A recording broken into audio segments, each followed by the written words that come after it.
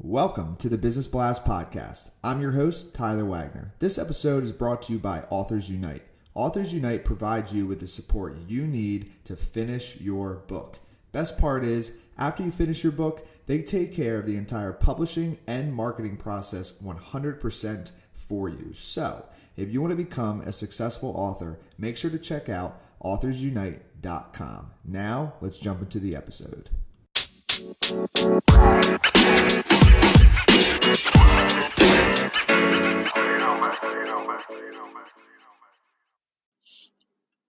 All right, everyone. Welcome back to another episode of the Business Blast Podcast. I'm your host, Tyler Wagner. Today, I have Brynne Tillman with us. She is a LinkedIn whisperer and the author of the LinkedIn Sales Playbook, a tactical guide to social selling. So welcome to the show. Oh, thanks, Tyler. I'm thrilled to be here.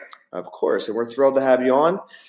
Let's jump right into the first one, Brynne. The first one I have for you is, what is the best story from your life that has an underlying valuable message?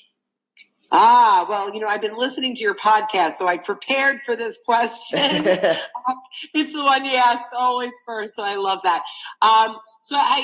As I looked back at all the stories in my life, personally, professionally, and which one really, influenced my professional life, was probably the most personal story of them all, which is about 12 years ago, I was diagnosed with advanced stage cancer. At the time, I had 4-year-old twins, and I thought I had 6 months to live.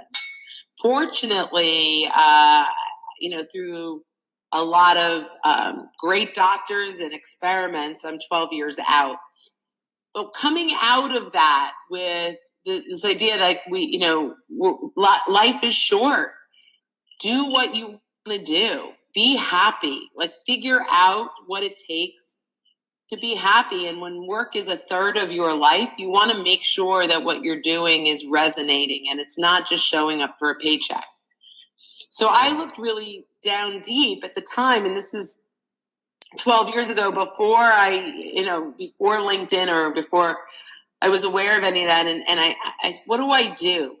And what do I love? And so I was a salesperson, and I loved training, and ended up starting a sales training company, but ultimately found LinkedIn, fell in love with this niche, and really did the litmus test. So this was the test. Do I want to go on my own with an unproven product at the time, where I'm now 10 years into this, an unproven product at the time, and do I want to take the risk? And I came up with, this is the lesson.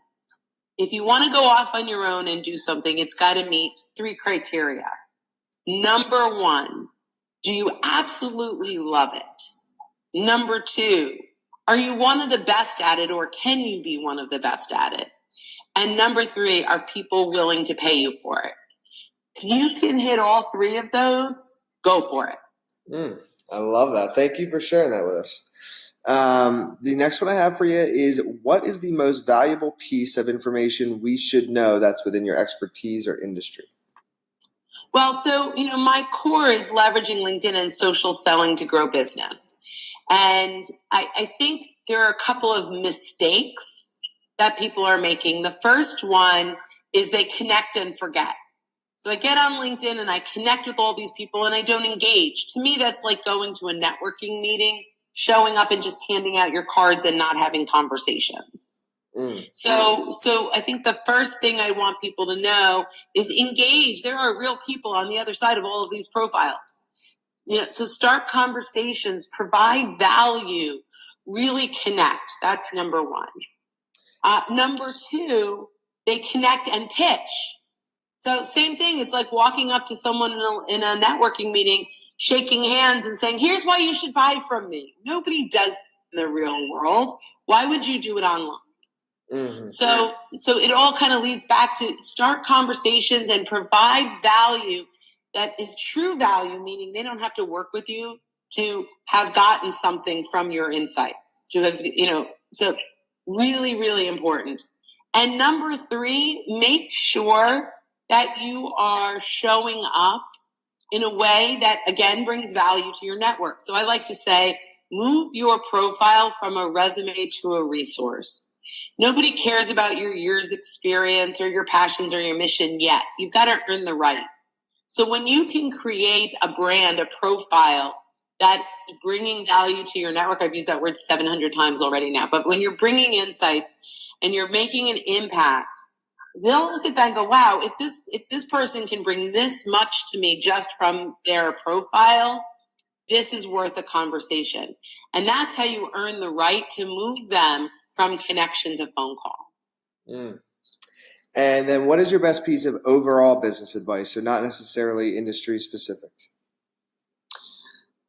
Stop trying to sell and go. I mean, this is such an old phrase, and help, but detach from the sale and really learn about who they are, who they're selling to, learn about your prospect's ecosystem, internally what matters to them. What do their clients care about? What is the value that they bring in their world? And don't just ask discovery questions around budget and decision making. In fact, stop asking those questions and really start to get to know them. Don't ever ask someone ever again what keeps you up at night. Like, these are all like these old-fashioned sales kind of pitchy discovery questions that turn people off. But start talking about, like, what are their initiatives? What's holding them back? Provide ideas and insights and even resources that can help them, whether or not it's leading to a sale. And you'll build relationships where people really trust you and will want to work with you and refer you. And if you could give your younger self one piece of advice, what would that be? So, I thought about this question because I know that you asked this, and among many things that I would want to tell myself, I think the one thing that I'd stick to more than anything else is try to say yes as much as possible. We're such a no society. I think being able to just look for the yeses. Anytime you're going to say no, think about, how can I turn this to a yes? What can I do to make it positive? And there's one other piece of advice that my brother gave me that is resonating in everything I do, which is always, always, always come from the high side of fair. So if you're negotiating with a client, you want to get the high side of fair.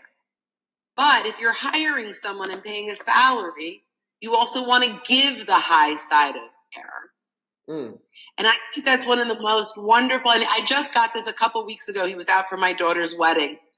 And when he said this, I went crazy. I'm like, that's brilliant. So live your life with the high side of fair in mind. And in your opinion, what is the key to happiness? The key to happiness is coming from your best place. It's not, there are a lot of things in this world we can't control. We see it every single day. You can't control the guy who cuts you off on the highway. You can't control a lot of things in our lives, right? But if we first define what your best self is, how are you showing up in the world? And I really believe that happiness comes when we are doing our darndest to be the best person we can be every day. And what is the best book that you've read, and what was the number one thing you learned from that? It cut out. Was that the best book I've learned? The best book that you've read, and the number one thing that you learned from it. Oh my gosh, I have so many books. Why didn't I prepare for this? So there were a couple. I'm reading the new Jeffrey Gitomer release of Napoleon Hill, which is really, really good.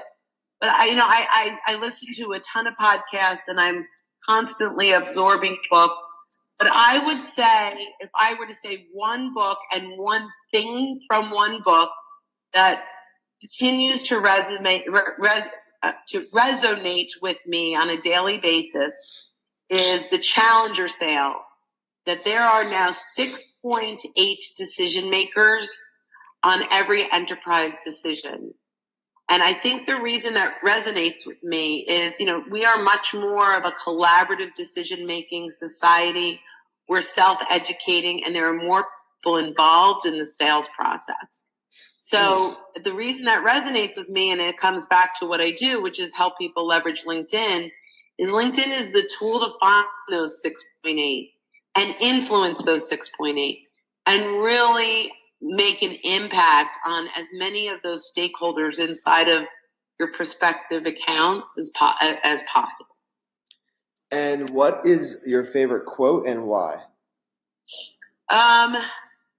Well, I'm going to just repeat, because right now it's just my brother Colin Gordon, his quote of high side of fair, because I am just obsessed with that. I've had so many favorite quotes over the years, but right now I'm giving him all the credit on high side of fair. And thank you again so much for coming on. The last one that I have for you before we let you go is, where's the best place for people to find and or connect with you online? I have an inkling it might be LinkedIn, but I'll let you go. Really good inkling. Yeah, I'm the only Brynne Tillman on LinkedIn right now.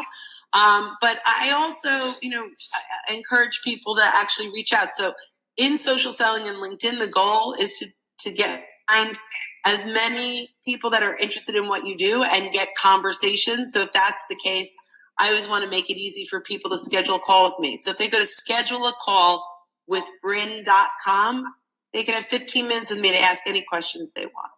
Amazing. All right. Thank you very much for that. And we will talk again soon. Thanks, Tyler. It was really fun being here. The podcast you just heard was published with Anchor. Got something you want to say to the creator of this show? Send them a voice message using the Anchor app, free for iOS and Android.